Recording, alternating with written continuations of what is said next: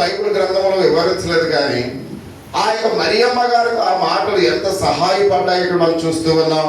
మనం ఊహించగల ఉదాహరణకు ఆయన మరణానికి ఒక వారం ముందే ప్రభు యొక్క పాదాలను ఏమేం చేసిందంట, అత్తలతో ఆ మామూలుగా కడిగినట్లుగా మనం చూస్తూ ఉన్నాం. అంటే ప్రభు వారిని అక్కడ ప్రభు అయిన యేసుక్రీస్తు వారిని ప్రభువుగా మరియమ్మ గారు గుర్తించింది ప్రియమైన వారు. అంటే యేసుక్రీస్తు యొక్క బోధ, ఆయన చెబుతున్న మాటలు ఏందో ఆమె విని ఆ దేవుని యొక్క ఆ మహిమను ఆమె కనుగొన్నట్లుగా మనం చూస్తూ ఉన్నాం. ఎప్పుడైతే దేవుని యొక్క వాక్యాన్ని మనం శ్రద్ధగా వింటామో, మనసు పెట్టి వింటామో, దేవుడు మనతో మాట్లాడతాడు. దేవుడు మాట్లాడిన ఆ యొక్క అద్భుతమైన వాక్య సందేశం మనల్ని ఎంతగానో విశ్వాసంలోనికి బలమైన వారిగా నడిపిస్తుంది.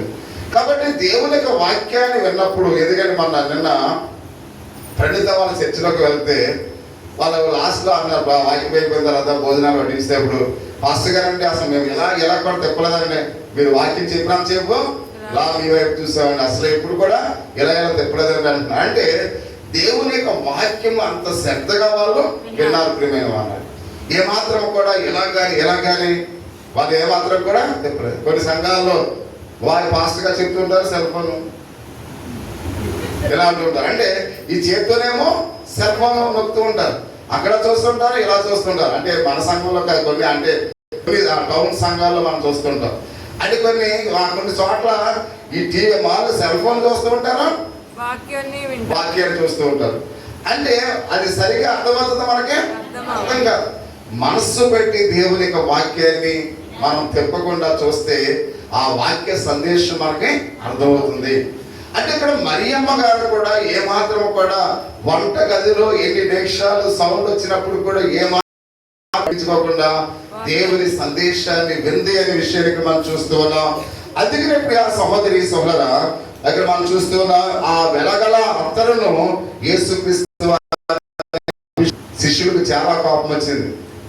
వాళ్ళు వచ్చి కోపం వచ్చి ఏమంటున్నారు, ఈ విలువ పెడితే అనేక మంది పేదవాళ్ళకి ఇవ్వచ్చు కదా. అంటే ప్రభువారిని ప్రభువుగా గుర్తించింది కనుక ఆయన ఎంత గొప్పవాడో మార్తమ్మకి, ఆ మరియమ్మ గారికి తెలిసింది. అంటే యేసుక్రీస్తు వారి యొక్క బోధ ప్రభువుని గుర్తించినట్లుగా. మీ యొక్క దేవుని యొక్క సందేశాన్ని మీరు వింటున్నప్పుడు కూడా పాస్టర్ గారిని చూడకూడదు, కానీ ఆ బోధలోనే ఉన్న సత్యాన్ని మీరు చూస్తే ఆయన ఎంత గొప్పవాడు. అంటే చెప్పేవాళ్ళు ఏమీ లేదు ప్రియమైన వాళ్ళ, కేవలం ఆయన బోరగా మాత్రమే ఉన్నాం. ఆ వాక్యము దేవుని గురించి తెలియజేసేది, దేవుని శక్తిని తెలియజేసేది, దేవుని అధికారం తెలియజేసేది దేవుని వాక్యమే. అంటే మీరు పాస్టర్ గారిని చూడకూడదు, పాస్టర్ గారు చెప్పే వాక్యాన్ని మాత్రమే వినాలి. ఆ వాక్యం మీదే మీరు మనసు ఉంచాలి.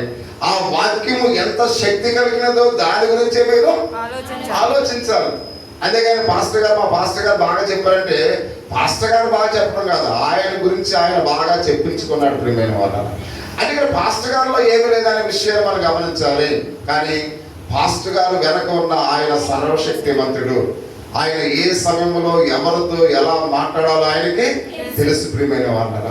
కాబట్టి మేము ఒకటి సందర్భాల్లో కానీ ఫుల్ పేరు మీద వేరొకటి చెప్తూ ఉంటాం. అంటే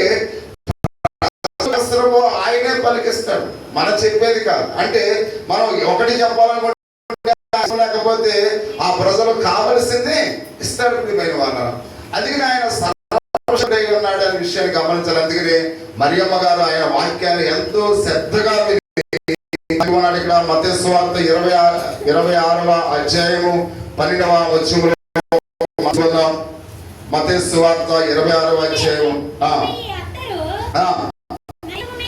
నా శరీరం మీద పోసి నా భూస్థాపము నిమిత్తము దీనిని చేస్తును అనేది మరియాను బట్టి సాక్ష్యం ఇచ్చినట్టుగా మనం చూస్తూ గొప్ప సాక్ష్యాన్ని మరియమ్మ గారి గురించి ఇచ్చాడు. అంటే ఈమె ముందుగానే గుర్తించింది ప్రియమైన వాళ్ళ. మీకు అర్థమవుతుందా? 26వ అధ్యాయం అంటే ప్రభు వారి యొక్క శిలువ మరణ అక్కడ జరుగుతున్న ఆ యొక్క సందర్భాల గురించి మనం చూస్తూ ఉన్నాం. అంటే ఇది జరగకముందే మరియమ్మ గారు ఈయన మా కొరకు చనిపోతాడు, ఈయన మా కొరకు శ్రమలు అనుభవిస్తాడు, ఈయన మా కొరకు నలగొట్టబడతాడు, ఈయన ప్రభు అయి ఉన్నాడని మరియమ్మ గారు గుర్తించింది ప్రియమైన వాళ్ళు. అంటే ఎలా గుర్తించింది? ప్రభు ఆమెతో చెప్పిన బోధ ఆమె శ్రద్ధగా ఉంది కనుక ఈయన ఇలాగూ మా కోసం అంకితంగా ఈయన ఇప్పుడే నేనేం చేయాలి? అభిషేకించాలి. అంటే ఆ భూ జరగకముందే ఆయన భూస్థాపన జరుగుతాడని తెలిసిన ఆ ఏకైక విశ్వాస జాగ్రత్తగా పరిశీలన చేయాలి. వాక్యాన్ని వింటున్నప్పుడు ఆ మర్మాలను మనకు మాత్రమే అవి బయలుపరచాలి. పరిశుద్ధాత్మ దేవుడే బయలుపరచాలంటే ఆసక్తిని పరిశుద్ధాత్మ దేవుడు చూస్తాడు. నువ్వు ఆసక్తిగా ఉంటుంటే ఆ సత్యాన్ని బయలుపరుస్తాడు. నువ్వు విన్నట్లుగా ఉంటే ఆ వాక్యం నీకు అర్థము, ఆయన విలువ, ఆయన గొప్పతనం, ఆయన ఆ శక్తి మనకు ఏమాత్రం కూడా తెలియదు. మరియమ్మ గారు ఎంతో ఆసక్తిగా విందే అనే విషయానికి మనం చూస్తున్నాం. ఈ సంఘటన బట్టి మరియా యేసును ప్రాముఖ్యమైన వాడుగా ఉన్నాడని ఆమె నేర్చుకుని ప్రియమైన వాళ్ళ. ఇప్పుడు మరియకు ఎవరు ప్రాముఖ్యమైన వారు? యేసే ప్రాముఖ్యమైన వారు. ఈ మధ్యాహ్నకాల సమయంలో మీకు ఎవరు ప్రాముఖ్యమైన వారుగా ఉన్నారో మీరే నిర్ణయించుకోండి. ఒకవేళ మీకు ఆయనే నాకు ప్రాముఖ్యమైన వాడై ఉన్నాడని నువ్వు అనుకుంటే వచ్చే వారం 9 గంటలకల్లా మీరు ఎక్కడుంటారు? దేవుని మందిరంలో ఉంటారు. కాబట్టి ఈయన కాదు, మా ఇల్లే మాకు ప్రాముఖ్యము, మా ఇల్లే మాకు ముఖ్యము, అవగానే ఇళ్ళగానే తినేదే మాకు ప్రాముఖ్యము అనుకుంటే మీరు వాటికి ప్రాధాన్యత. అంటే మీరు మార్త వలె ఉన్నారో, మరియ వలె ఉన్నారో మీ అంతరాత్మలకు మీరే ప్రశ్నించుకొని ప్రియమైన వాళ్ళు. అంటే ఇప్పుడు దేవుడు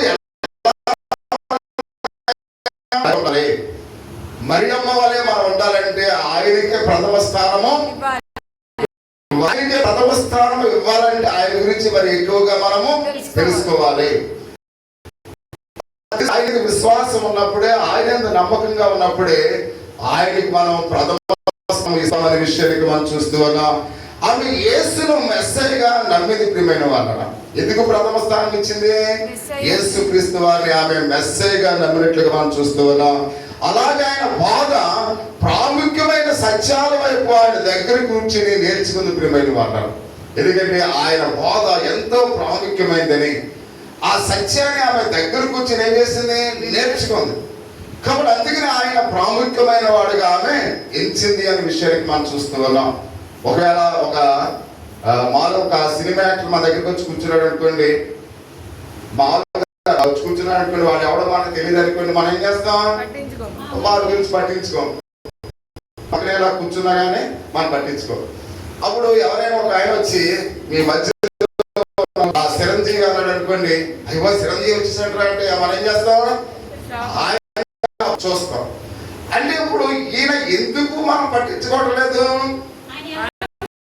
మనకు అర్థం అవట్లేదు. ఆయన ఎంత గొప్పవాడో మనకు అర్థం అవట్లేదు. ఆయన ఎలాంటి అర్థం కావట్లేదు. కాబట్టి అర్థం కావట్లేదు కాబట్టి ఆయన ప్రాధాన్యత మనము ఇవ్వట్లేదు. అలాంటి వాడు సర్వశక్తిమంతుడు, నీ కుటుంబంలో ఉన్న అక్కర్లు తీర్చేవాడు, అనారోగ్యాన్ని స్వస్థపరిచేవాడు, నీకు ఒకవేళ పేదరికంలో ఉంటే నిన్ను ధనముగా చేసేవాడు, నీ పాపాల నుండి ఆయన విడిపించేవాడు. ఆయన చాలా శక్తివంతుడు. కానీ ఆ శక్తి నీకు అర్థం కావట్లేదు కాబట్టి ఆయన ప్రాముఖ్యమైన వాడుగా నువ్వు అర్థం చేసుకోవట్లేదు ప్రియమైన వాడు. అంటే మరియమ్మ గారు ఆమె ఆయన ప్రాముఖ్యతను ఎరిగి ఉంది కాబట్టి ప్రథమ స్థానం ఆయనకే ఇచ్చింది అనే విషయాన్ని ప్రతి ఒక్కరం కూడా గమనించవలసిన వారిని మనం చూస్తూ ఉన్నాం. కాబట్టి ఇప్పుడు మనం ఎక్కడ ఉన్నామో తెలుసా ప్రియా సహోదరి సోదరుడా? ఎక్కడ ఉన్నాం మనం? అమ్మా ఎక్కడున్నారు మీరు? యేసయ్య పాదాల దగ్గర మనం ఉన్నాం. అంటే మరియమ్మ గారు ఎక్కడైతే ఉందో ఇక్కడ కూడా